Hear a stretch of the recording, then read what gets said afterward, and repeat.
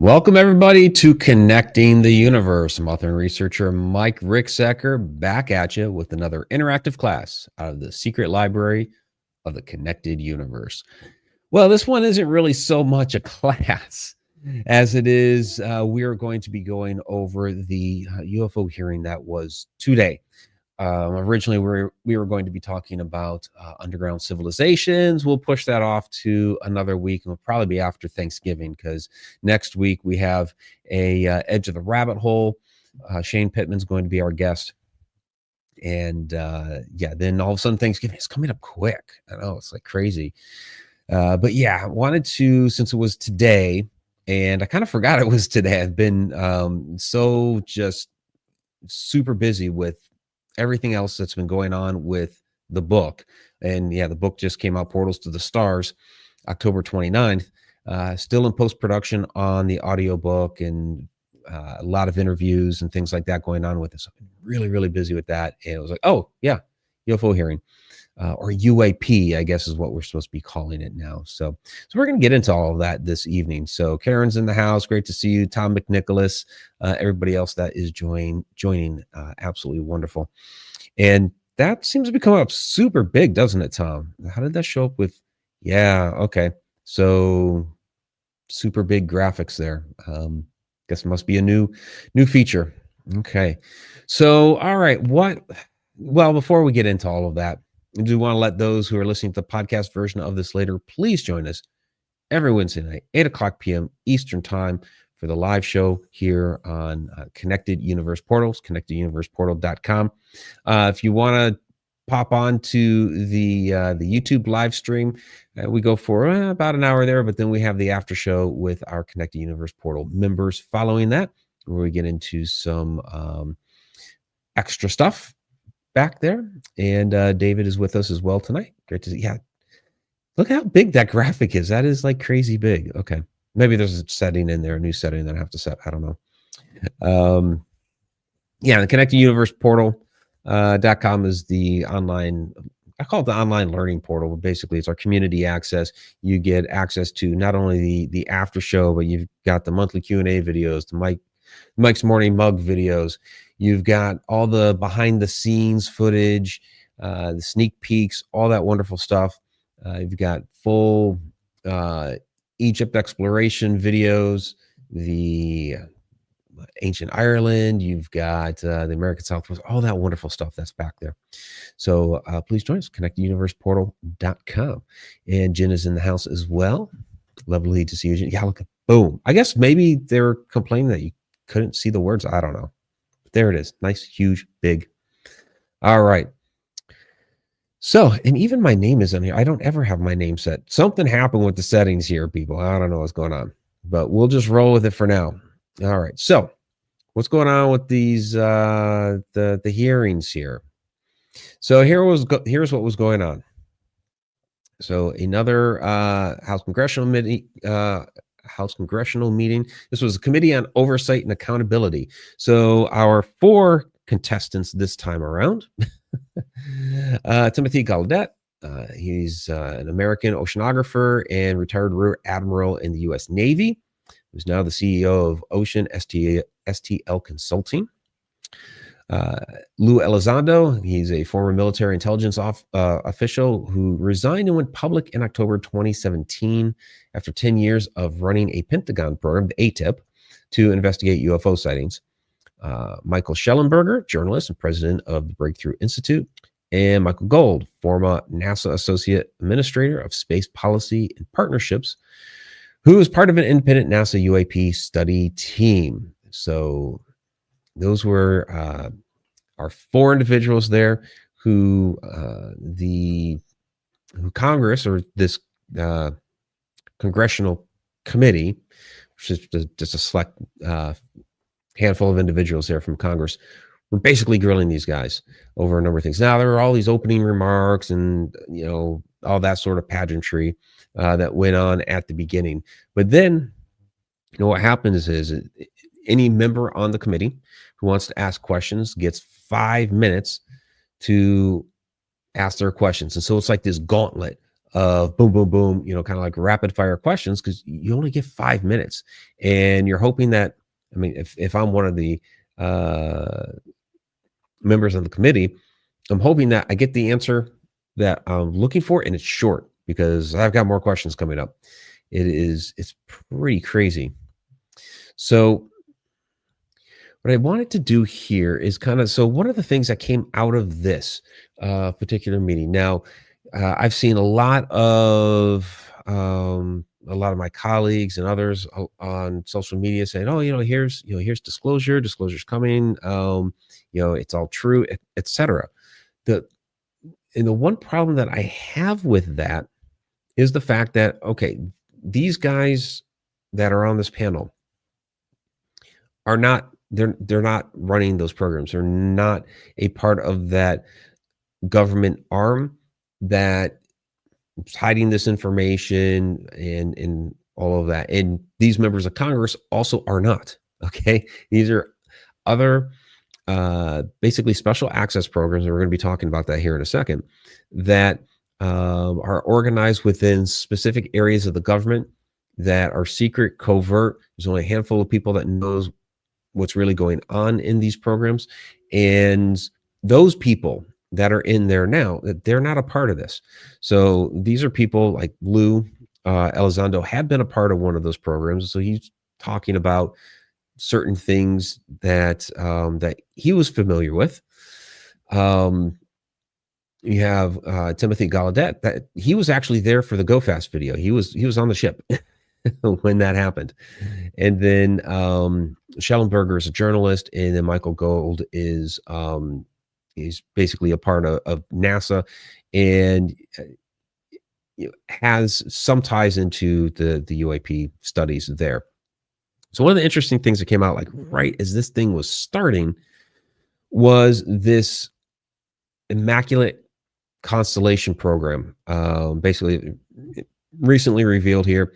And this was an entire 12-page document that Shellenberger gave the committee when they walked in. So they had all this information. Basically, what this is, this was a special access program, which apparently houses, it's like a massive database of photos, videos, documents of numerous cases, both that are terrestrial in nature, that are underwater.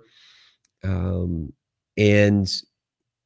this database, the images and videos are supposed to be extremely, extremely high resolution. So, we've seen a lot of fuzzy videos, especially way back in the day, balls of light and things like that in the sky. Well, this is supposed to be something you're looking up at. Like, okay. Recently here with the Go Fast, Gimbal, Tic Tac, those type of videos, they're still fuzzy, blurry to some degrees. You're kind of squinting to see what you're looking at. The one thing that's, from those is that, okay, these were pieces of military footage, so it supposedly gives a little bit more credence, that sort of thing. But this Immaculate Constellation program is supposed to have some super, super high res stuff. So the document there that I went over some of those different cases that are within there. And you can kind of see here, I mean, this is just the first couple pages, but Immaculate Constellation's primary mission is collecting imagery, intelligence on unidentified aerial phenomenon, and ARRV reproduction videos utilized tasked and untasked U.S. military intelligence resources. And it just kind of goes on there. I'm not going to read the whole document here. Now, what's interesting is Shellenberger was asked, about where this document came from, because he didn't write it. And so he wouldn't reveal his source. He just said that it was somebody that either currently is or had at one point worked for the Department of Defense. And he would not express male or female or anything like that, because your sources are kept in confidence. So he did not want to reveal that at all, which was fine. Totally understood. So, yeah, Joe's in the house. Great to see you. Great to see you as well, Debbie. And then Tom, yeah, news break. There we go. Michelle Brandenburg's in the house. Great to see you as well. So let's kind of break down the different things that happened throughout this hearing, because these tend to, especially these days, these tend to really hit the headlines. And what I maintain about these hearings that have been going on here the last few years is that if you've been a part of the ufology community, or if you've just in general kind of been paying a little bit of, you don't even have to pay that much attention to what's going on with extraterrestrials, UFO sightings, these sorts of things. If you've been, I don't know, if you haven't had your head in the ground, right? Um, most of what's being talked about in these hearings, we already knew. Like, it's not really new material, like pretty much at all, except, this document comes out and there's some new cases, and there was some light shed there. Okay. But there's no government official that is coming out and saying, yeah, we've got the spaceship and it's right over there, or we've had contact with extraterrestrials, here's their phone number. I mean, none of that is happening, right? Nobody is walking in with an ET into the meeting and saying, there he is. That's not happening, right? So it's all again, stories that we've heard about a lot in the past.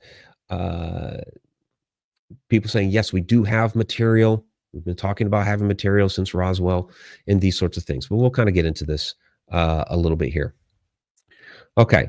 So one of the interesting things that, and having been in the Air Force, in the government, those sorts of things, having gone through some of these FOIA requests, especially when I was doing some of the Alaska Triangle stuff, and I was getting into some of the conspiracy theories with that particular book. When you get some of these documents from the government, they're redacted, which means that there are elements of them that they consider sensitive in nature, and they just black it out. Okay, you can't look at this part. Well, there are, and have a photo here of Shellenberger showing you, yeah, hey, here's one of the documents, and it comes back, and the whole thing is like blacked out. It's just, it's almost nonsensical that they would even send it along, but that will happen, that they will send you documents if you make one of those requests and everything's blacked out. So with Alaska's Mysterious Triangle, the one of the interviews that they had with there was a guy that was coming clean about different crimes that he had committed, and so it was FBI document, and they had a lot of stuff that was just blacked out, like names and things like this, that they didn't want to be made public. And so when I was reading the audiobook, kind of going over that, I had to specify, okay, it's redacted, so there's going to be some weird pauses and things like that here. So but yeah, a lot of these documents that come in for UFO, UAP, they're like completely blacked out, so they're hiding pretty much everything. Now, one of the things that they say about all this is that, well, there's, okay, the sensitive pieces of information. Well, there might be technology that that the United States is using, or these sorts of things that we don't want the public to know about. Okay, but what was brought up in this meeting is a lot of these photographs and videos that are a part of this Immaculate database, the Immaculate Constellation, are just like taking out a window of a helicopter or a plane or something like that. You're not seeing any of the equipment that might be sensitive. They have like some high tech equipment that they don't want our adversaries knowing that we have or something like that. It's just, taken out the window of, hey, here's something. What is that? So it's overclassified is what they call overclassified. And there are, to this day, vaults and vaults and vaults of information and documents and all this that you can't get into because it's back there in the military, one of the branches, and without having the proper security clearance and without having the quote unquote need to know, it's extremely compartmentalized. And without that, you can't even get in there to take a look at it. And to get something declassified like that, let's put it this way: the military doesn't. It's like pulling teeth. Okay, they don't want to really declassify much of anything. It's ours. It's national security. Boom, done. Like just done. Very, very, very stingy on that. Some of the civilian-based organizations like the CIA and things like that, they're a little more forgiving. And over some years, they will start releasing stuff. And that's how we've gotten a hold of some of these things, like, well, finding out, finally admitting that Area 51, stuff like that. They finally started releasing some of that stuff. But the ones that are coming from the military, which is where a lot of these sightings are, they're not giving that one up. Another thing that was thrown out here. So we've talked about it before on here. We'll say it was like last year. So Arrow, Arrow has not been doing its job, apparently. And this is supposed to be the reporting system that, you have a sighting, you file it with Arrow. So I have a little clip here. Grab a sip of water of me from I think this was last year, explaining what Arrow is. Welcome everybody to Mike's Morning Mug.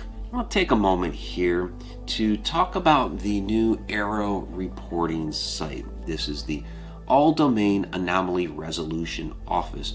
And this is supposed to be where if you witness a UFO or UAP, you get to report it here. But is it really all domain? Before we dive into my opinion on all of this, I do want to say it's great that we are having a conversation about this now. For decades, if you want to talk about UFOs, UAPs, extraterrestrials, you were generally laughed at. It was something that wasn't taken seriously. But again, at least we are having the conversation about it. We're having congressional hearings, which is all great. They've kind of had to, though. And that's because we're all walking around these days with one of these in our pockets. So our government can no longer just blanket deny. Having the congressional hearings, assigning a task force, all of that is a good step in recognizing and at least admitting something's going on that we can't quite explain. Now, putting together an organization like Arrow is basically their way to control the conversation. Yes, they're finally admitting there's something going on, but it's going to be under their control. Yeah, that's a full Mike's Morning Mug video that's on the backside of the Connected Universe portal within the secret library. So, yeah, and I still maintain that they are going to try to maintain as much control as they can. They have to admit something, because there's too much technology out there these days where people can capture things on their cameras and just say, here's something. Now, here's the problem though with Arrow. Okay, so here's their logo, but if you read through their documentation, so Arrow's accepting reports from current or former U.S. government employees, service members, or contractor personnel with direct knowledge of U.S. government programs or activities related to UAPs dating back to 1945. These reports will be used to inform Arrow's congressionally directed historical record report. So, it's only if you are a current or former government employee. So I could report something, okay? My fiance Jennifer could not. So If she saw something in the sky, if little green men showed up in her backyard and walked up to her and started talking to her, she could not report it to Arrow. But if they showed up in my backyard, I could. And so that really limits your ability to collect data and information. If you're trying to, and one of the things that they talked about through all the throughout the hearing was the ability to collect data and start to do something with that data to actually kind of make some heads or tails of, because a number of questions are thrown out there, like, is this something that's happening more frequently? Is this happening more around, like, say, military installations and things like that? So as you collect more and more data, you start to see a pattern kind of fill out as to where the sightings are, when they happen, so that are they happening like more often at night or a certain time of year? And the problem is, if it's only your government employees that are able to report on this, then yeah, it will look like, as you start to map out this data, it will look like that we're only seeing these things near military operations or government operations, because those are the only people that are allowed to report it. So they do have on Arrow, if you have a sighting, if you're a commercial pilot and you have a sighting, then report it to the FAA. Now, Michael Gold, who's there, the NASA guy, he had a pretty good suggestion. Yeah, he suggested that they could use the aviation safety reporting system. So it's a system that's already in place.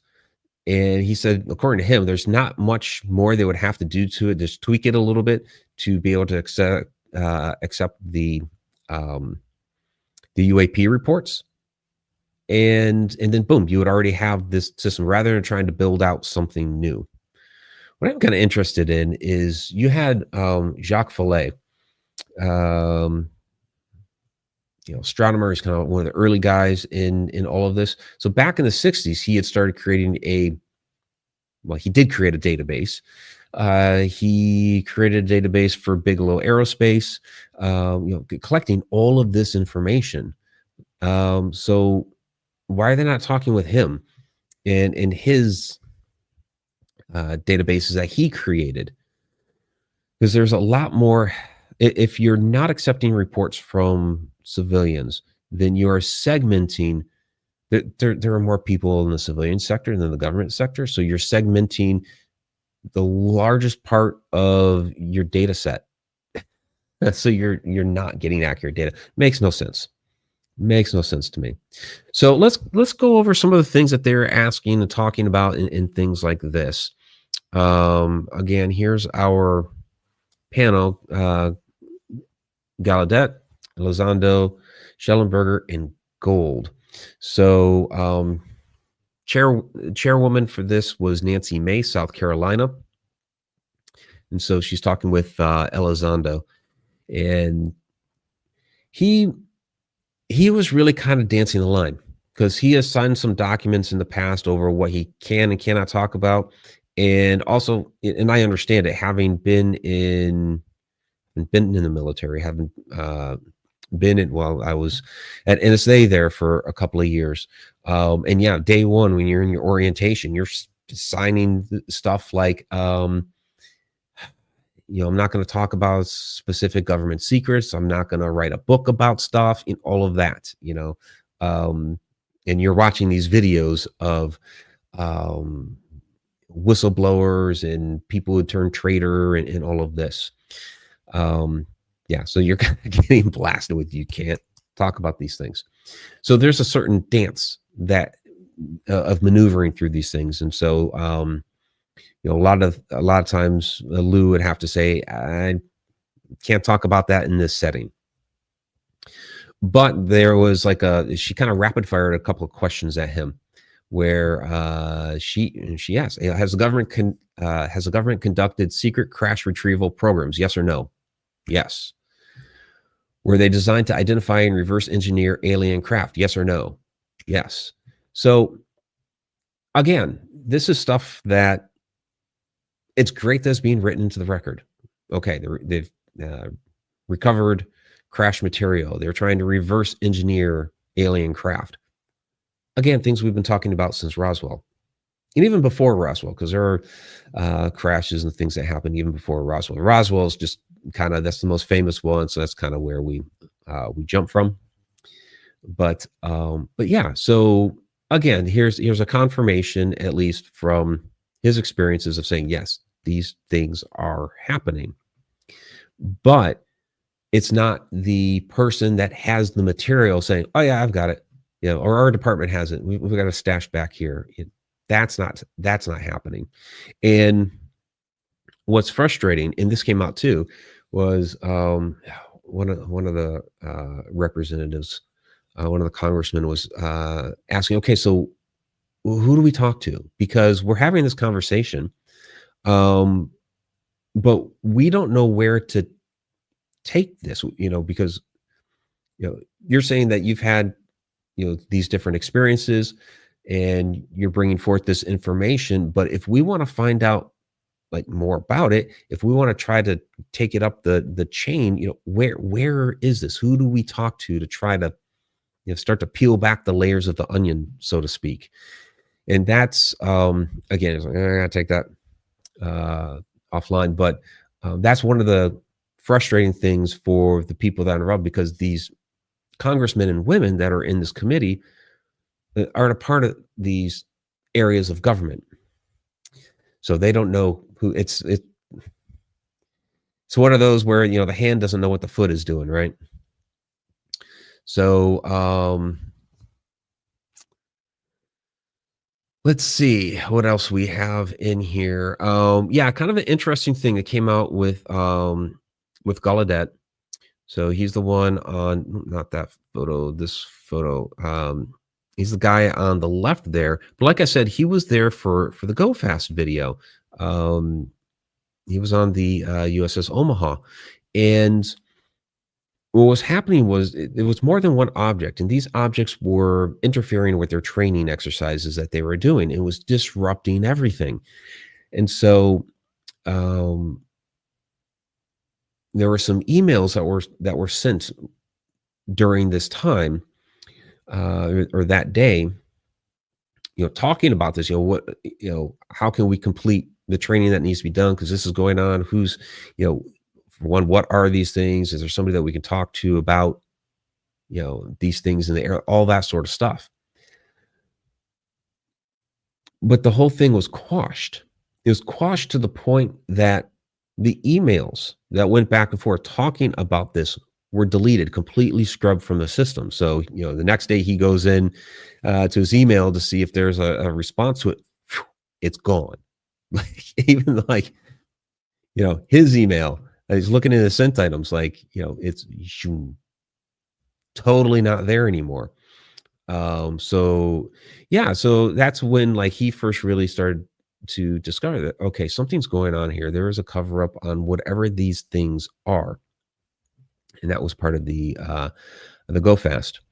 The question that came up that I was really happy with the last hearing, which was, what was that, like June last year, 2023? With David Grush on the stand. And the question came up about the possible interdimensional nature of these beings, of these craft and all that. So Grush had, and actually I have it quoted in Portals to the Stars. It was Burleson that had asked about it. Burleson was back for this. But Grush was saying, well, there are people with PhDs, that could really talk about this. He got like a little bit into the holographic universe and that sort of thing, and kind of got into the idea of, space and time working differently and that sort of stuff. For just a brief moment, it was like, oh, this is the stuff. This is the stuff that we need to be talking about. Unfortunately, none of these guys on this particular panel we're going to talk about that. And so that was asked by Anna Paulina Luna from Florida. And Lou said that he did not want to speculate about the point of origin. That, he's a nuts and bolts guy, and so he can talk about what people have experienced and what they've seen, but he's not going to speculate about where they are coming from. So it's like, there's our one chance to talk about the possible interdimensional nature of these things, which I would have liked if they would have gone and maybe brought up the Harvard research paper that was published a few months ago. Was it back during the summer? And where it was mostly Harvard people, and one was from Montana. And they were talking about the possibility that some of these extraterrestrials are living in another dimension alongside of us, or living underground, and these sorts of things. And again, not something new. It's great that, okay, we have a published, peer-reviewed paper talking about this. Awesome. Nothing new, but it's nice to see science and academia start to kind of jump on board with the rest of us. But our community has been talking about this forever. So she also asked about people having firsthand experiences with these entities, and basically talking firsthand experience, like encounters with the ETs, essentially. And again, Lou said that he was more concerned about performance of the vehicles than its potential occupants. So kind of dodging the ET question that said, oh, they're unexplained vehicles in the sky. And it seemed like a lot of times they're kind of pushing toward drones, which I found kind of interesting. I think a lot, and I think they're a little cautious about going down the actual ET route, although they did eventually get to biologics. But Luna pointed out that people state, when they report their experiences, that some are good, some are bad, and just that, we want to know what we're dealing with. What are the intentions of these things? That's one of the issues with all of this when it comes to national security. And that's what a lot of these people are kind of worried about, national security. If these are vehicles or objects from an adversary like China or somebody else. But, a lot of the witnesses to these that have seen these in flight, last time around, David Fravor and was the other one that was there, when they've seen them in flight, they're like, this isn't something that any human civilization on Earth has. This is technology that just totally blows away anything that anybody has. No. So in that sense, it's I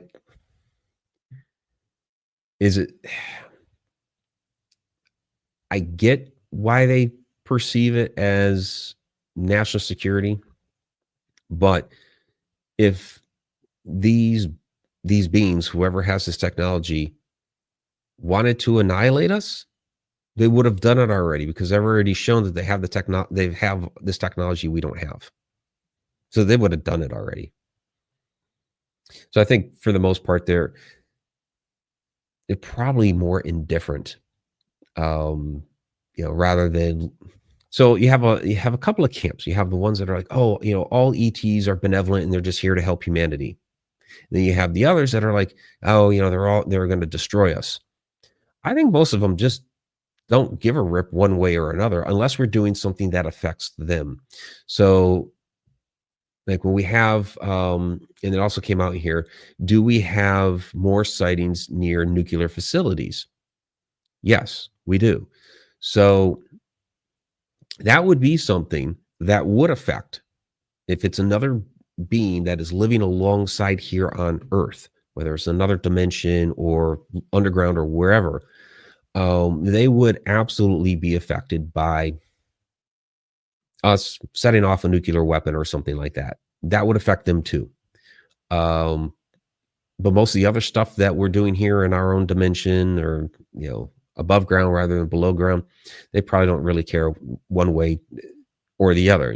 Let those humans do their thing. Just like, I don't know. I got a bunch of squirrels out there in my trees in the backyard, and I just let them do their thing. The birds come in and get the seeds and all that. Just let them do their thing, right?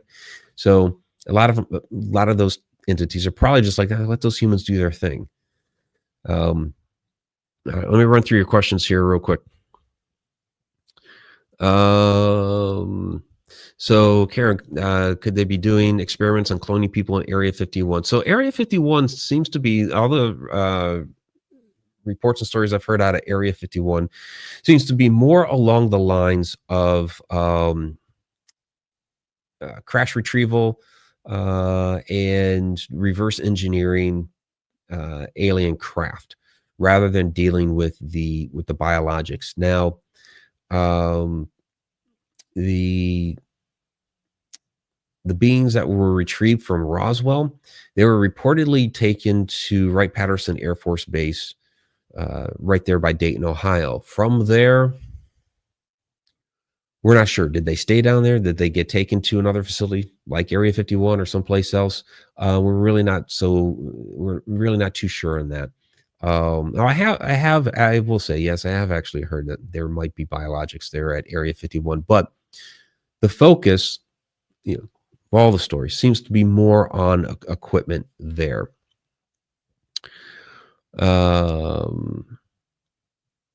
So let's see. Yeah, Tom. So will never be confirmed if the leaked videos of alien autopsy and real photos of living aliens. So yeah, like alien autopsy. Okay, so that in and of itself was not real, but people who worked on that or were involved with it say, well, yeah, it wasn't the real deal, but it was based on the real deal. So it's like we recreated this to show what happened, that sort of thing. Let's see. So Connor's asking, what about disclosure to other nations that have found the crafts for whatever reason? If they can't talk about some of it to citizens of the US, is it possible for them to talk to other governments? Yeah, kind of interesting. So because each nation kind of has their own policy, but you saw like up there in Canada, what the heck was his name? He was like their Secretary of State came forward and was like, yeah, we have the stuff. Why aren't we talking about it? Because yeah, you have crashes and things like this in other countries, and they all remain, kind of tight-lipped about it. Now there might be some technology there that they are harvesting, kind of like, okay, if there's a crash in Russia, they're kind of going to do the same thing that we do. Like, we're going to hold on to this and we're going to glean whatever technology off of it that we can. And that seems to kind of be the MO. If we have something that has crashed, we've had some sort of retrieval of technology or knowledge or something like that, we're going to hold tight to it because it's so vastly superior to whatever is here on Earth that we want to have that. Yeah, it's pretty much the attitude all around. A very, very good question. Now, do I believe that the U.S. talks to other governments about these sorts of things when they occur? If they happen in other countries, yes, the United States is going to be on top of it. So like the Rendlesham Forest incident, right? They were all over that, even though it was the English countryside. It's close enough to the Air Force base that we had there that, we're going out there and, we're taking care of it. Another example is, so Jacques Vallée, when he was a young astronomer, and he was fresh out of college, and he's working there as an astronomer in France. And he kept seeing all these strange things like in the sky. He's logging it. He's logging all of it. And he's, trying to submit this stuff. And And it was basically getting shut down because they were having to report everything to for whatever reason, they were having to report everything to the US, to the United States officials that were there. And I'm not exactly sure what the political, we're talking like late 50s, early 60s, what the political machinations were that French astronomers had to report stuff to the US government officials that were there in France. But yeah, the superior French astronomers there were telling Jacques, no, we're not submitting that. We're not submitting that. We're not submitting that. So he got quashed the whole time that he was there, which is why he ended up leaving and coming stateside to work here. So there's some really just strange politics when it comes to all of that. Yeah. So let's see what else you guys might have. So Tom, do you think that any technical resources found will be used in case of wars against the U.S.? I mean, it's going to go on both sides. Anything that we find, we're able to figure out, we'll put into our technology, and vice versa. I mean, there are already things that people believe are alien in nature, or suddenly, boom, we come out with all this fascinating technology not all that long after Roswell, like the silicone microchip and things like this. So people speculate that some of that technology came from crash vehicles. So all right, so a couple other things coming out of this. So Robert Garcia, representative from California, asked all of them, is the government hiding information? All of them, yes. Straight up, all of them. Then he asked them, what he actually thought, each individual, what do you think these things are? So Gallaudet said non-human higher intelligence. Luis Elizondo basically echoed Gallaudet. And then the other two said that they didn't know. Gold said, I don't know, but we must find out. So Burleson from Missouri was the one that was actually really asking about biologics. I think Luna kind of was as well. It's kind of the direction she was headed. So, he asked, are you aware of any recovery of biologics? Lou said, I'm aware of the reports that biologics have been recovered, but my personal interest is in nuts and bolts. So Lou kept going down. He really didn't want to answer questions about ETs themselves. He just wanted to kind of talk about, the craft and the sightings and that sort of thing. He did not want to go down that road. Burleson did follow up bodies. Lou said yes. And then Burleson asked multiple types of creatures, and Lou said couldn't answer. Anecdotally discussed quite a bit at the Pentagon, but were collected a long time ago, before I was even born, which was kind of interesting. So within that, he's kind of saying, yeah, they have collected these things. But I mean, Lou's older than me. He's what, late 50s, maybe around 60, something like that. So put it into that time frame, these could be what he actually could be referring to. There are the beings that were retrieved during like the Roswell crash, or a couple of others, from around that time. So there's the Trinity case, which I know is highly controversial, but I don't think it's based off of nothing. I do believe something happened there. But again, in that report, beings were retrieved. So is he referring there to some of these older cases like that? But apparently this was getting discussed a bit around the water cooler there at the Pentagon. Burleson asked, any communication with a human life form? And Lou said yes, but nonverbal. So, and he tried to explain that a little bit, saying, not a face-to-face conversation, but there are many ways to have a nonverbal communication.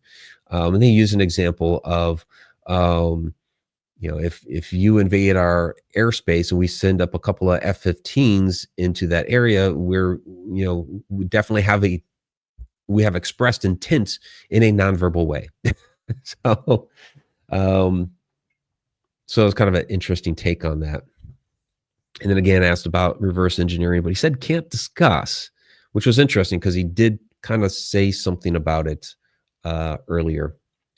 So yeah, I mean that was kind of my general takeaways from this particular hearing. Again, not a whole lot new. It'd be interesting to take a look a little bit deeper into this document, Immaculate Constellation, to see fully what's in there about some of these other reports and sightings. And you know, to me, it's interesting that you have this database of really, really, apparently, really high res stuff because most of what we get is lower resolution type imagery. And again, some of these videos that we've seen, even from the government, are a little bit older, has a little bit older technology. But if they have things that are much more clear, it'd be wonderful to see that sort of stuff and what exactly is going on.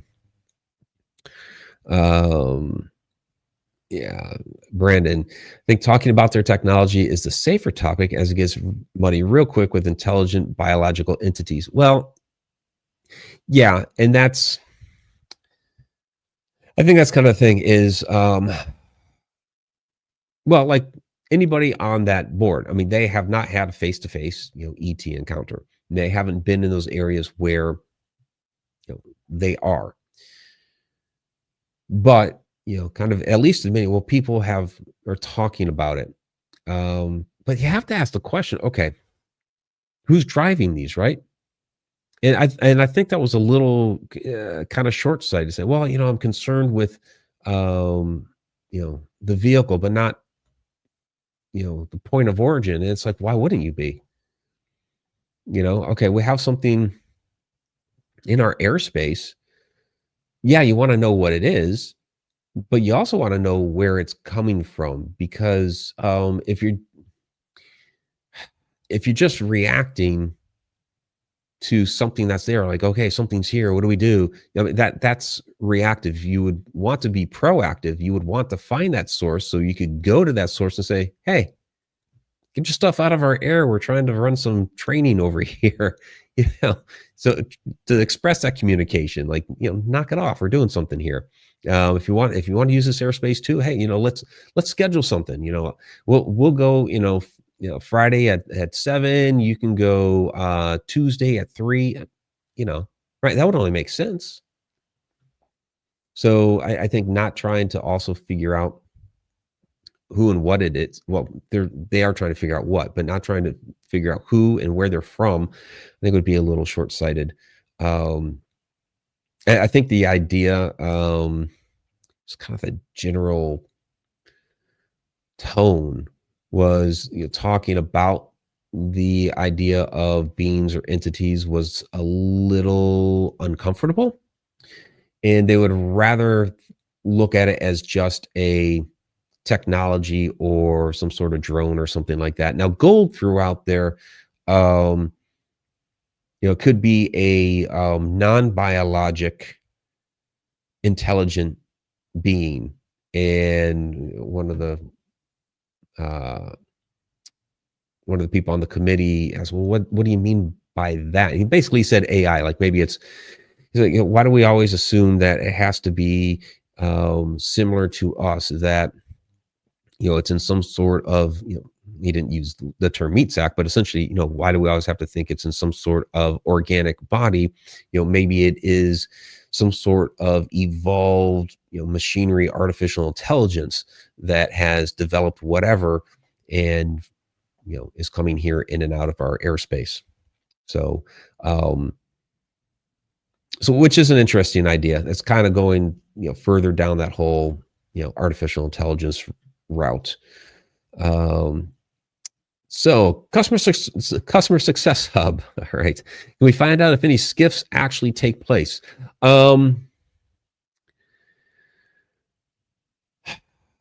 Yeah, they have talked about that before. So apparently after the last meeting, some skiffs were made available. We don't know what happens in them. That's And that's the thing. It's like, okay, even if they arrange those, we, the public, are not going to find out what's talked about in those skiffs. So I know that they were really, really reluctant last time around. Like they didn't get them arranged um, prior to that hearing. But from my understanding, they did eventually set something up, but it took some time. And there's some dancing around here, right? Because those, even though it's an arm of our government, those congressmen and women do not have security clearances. Now, the one was it Timmons? He's actually still in the Air Force, so he might have something. But most of them do not have security clearances. And then even then, do they have the quote unquote need to know? It's really a delicate sort of process. But then, and I think it was it Gallaudet who threw this out there that he wants a lot of the stuff that he can't talk about, the others can't talk about. It's like we want to talk to you about this stuff. You should know these things because when you are passing your legislature, if you don't have all the information that you need, then how can you make a proper decision if you don't have the information? So, it's a bit dysfunctional. So Connor, is AI technology one of the first reverse engineered things mankind has started to make viable from these craft? We all know they run telepathically. Well, I mean, we don't all know if they run telepathically. There's a lot of different ways that they can run. So here's what I'll say about AI. Okay. AI is like last couple of years.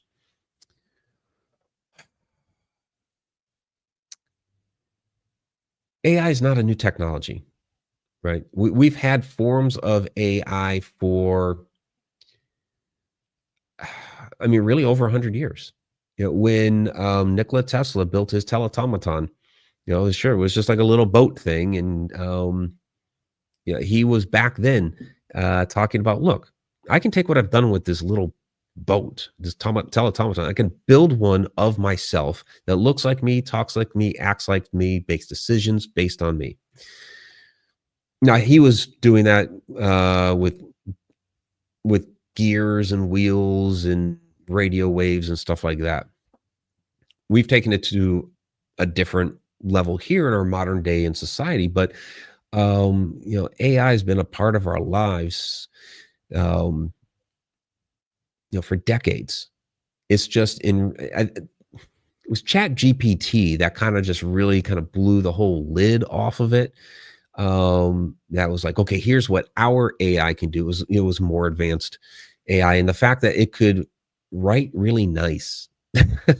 And you see all these commercials now these days where you got the guy in the office types up this mean, nasty letter about who stole my pudding. He's all ticked off about it, and then he just tells AI, okay, make this friendly, and it changes everything. It sends that off, and then the person is like, oh, that was a really sweet letter, and returned the pudding. So yeah, this is where it's kind of really started to blow up here recently. But it's always been with us.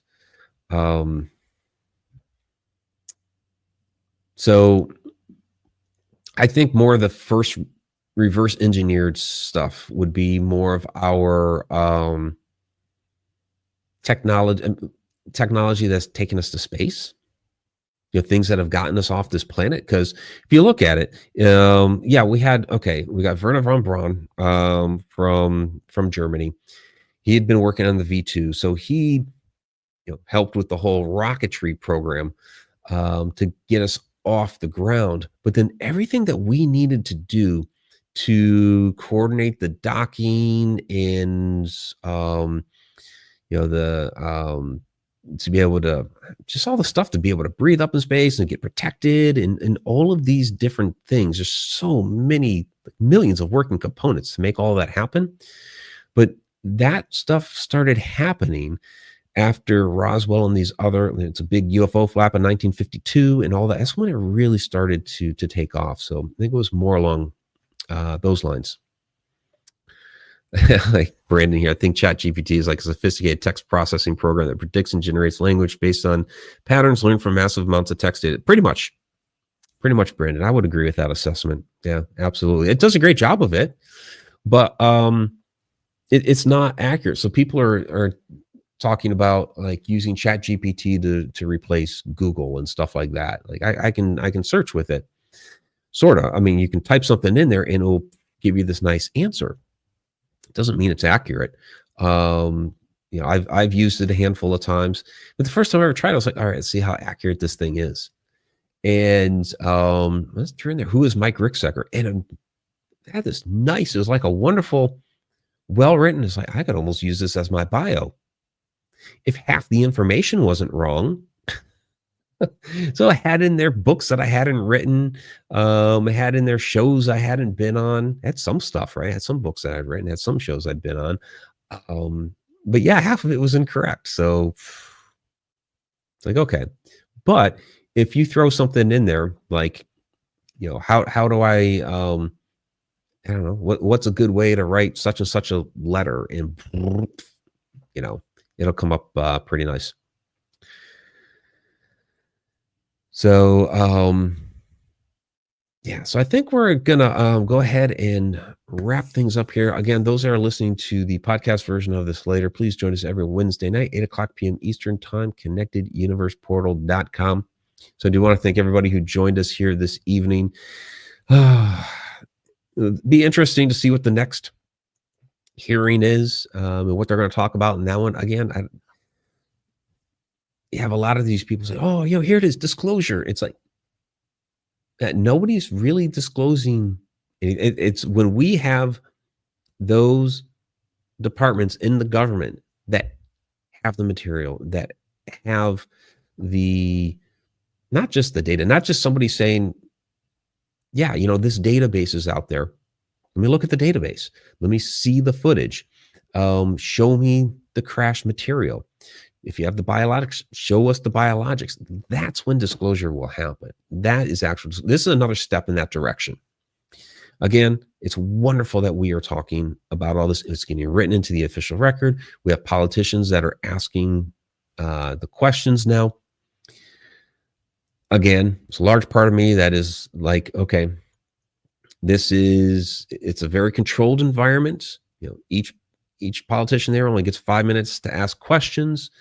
And a lot of these questions weren't very different from questions we've had before. Some of the questions that were asked were very similar to each other throughout the hearing. And so, yeah, I do believe that there's still a narrative that is being controlled right now. You know, yes, we're going to admit something's going on. We're going to control the narrative. There'll be little tiny things here and there. You have to kind of try to read between the lines. Yeah, we know something's going on, and they are going to be extremely, extremely, extremely reluctant to admit anything and to show us anything. But it's out there, and we know it's out there. So, all right, everybody, until next time, those are part of that are the members. We'll kick over to the after show. Till next time, time really exists.